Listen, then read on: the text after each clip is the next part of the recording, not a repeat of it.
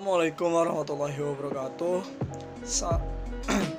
Perkenalkan, saya Abi Pratama, mahasiswa Pendidikan Teknik Mesin 2021. Dalam kesempatan ini, saya akan menjelaskan tentang dinamika Undang-Undang Dasar 1945. Undang-Undang Dasar yang pernah berlaku di Indonesia adalah sebagai berikut. Yang pertama, itu Undang-Undang Dasar 1945 dari tahun 1945 sampai 1949 yang dirancang pada saat sidang BPU PKI dan disahkan pada tanggal 18 Agustus 1945. Yang kedua, itu adalah Undang-Undang Dasar Republik Indonesia Serikat. Dimulai dari diselenggarakannya konferensi meja bundar pada tanggal 23 Agustus sampai 2 November 1949. Kemudian, Undang-Undang Dasar Republik Indonesia Serikat diresmikan pada tanggal 27 Desember 1949. Yang ketiga, itu adalah Undang-Undang Dasar Sementara 1950, berlaku dari tahun 1950 sampai 1959. Kemudian, Indonesia itu kembali ke Undang-Undang Dasar 1945 dari tahun 1959 sampai dengan sekarang. Apa saja sih hal yang melatar belakangi Indonesia itu berganti Undang-Undang Dasar?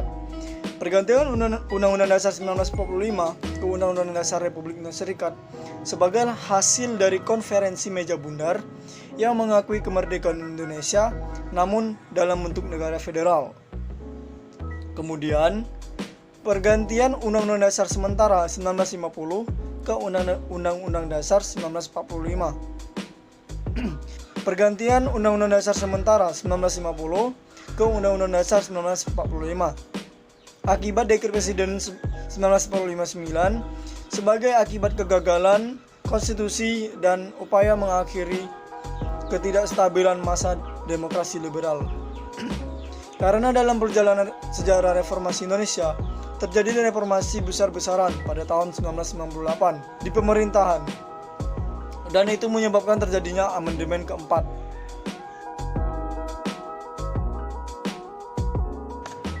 Alasannya, pada masa Undang-Undang Dasar Sementara 1945 dibentuk dekret presiden yang membuat konstitusi negara, akan tetapi mereka belum membuatnya.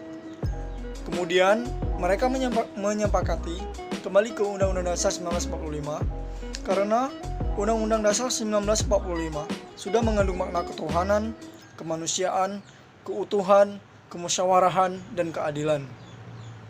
Undang-Undang Dasar 1945 diganti secara resmi dengan diubahnya bentuk negara kesatuan menjadi negara federal atau Republik Indonesia Serikat yang memberlakukan Konstitusi Indonesia Serikat 1949 atau KRIS 1949.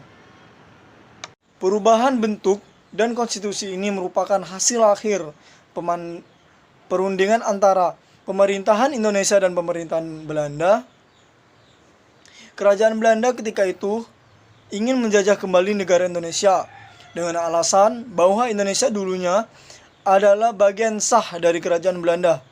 Namun, diambil alih oleh Jepang karena Belanda yang bergabung dengan sekutunya kalah perang terhadap Jepang pada tahun 1941.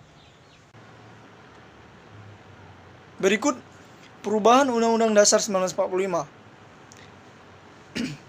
Dari yang semulanya memiliki 16 bab dan jumlah pasal 37, setelah diamandemen itu memiliki jumlah bab 21 dan memiliki 73 pasal.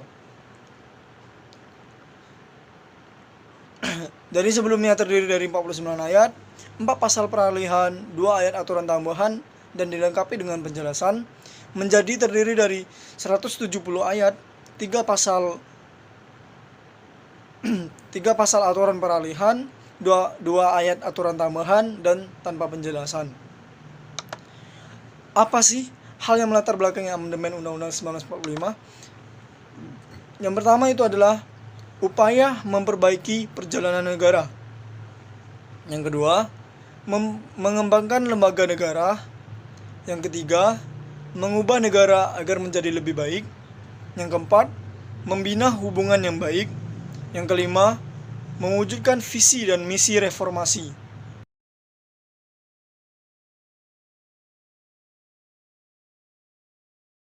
Apa sih maksud dan tujuan amandemen Undang-Undang Dasar 1945 itu dilakukan?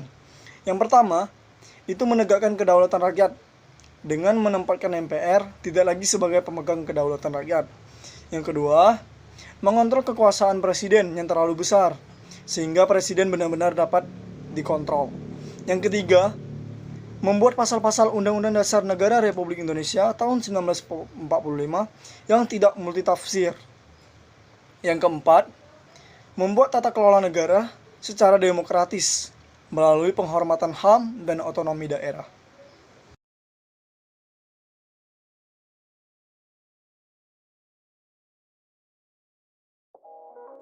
Adapun kesepakatan dasar dalam amandemen Undang-Undang Dasar Negara Republik Indonesia tahun 1945 adalah sebagai berikut.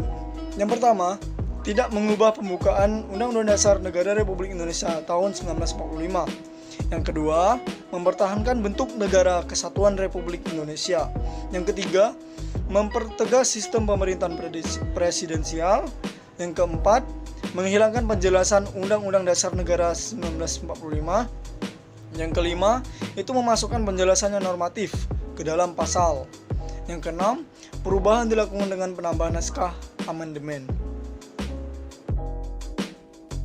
Baik, sekian dari saya Abid Pratama, izin pamit undur diri.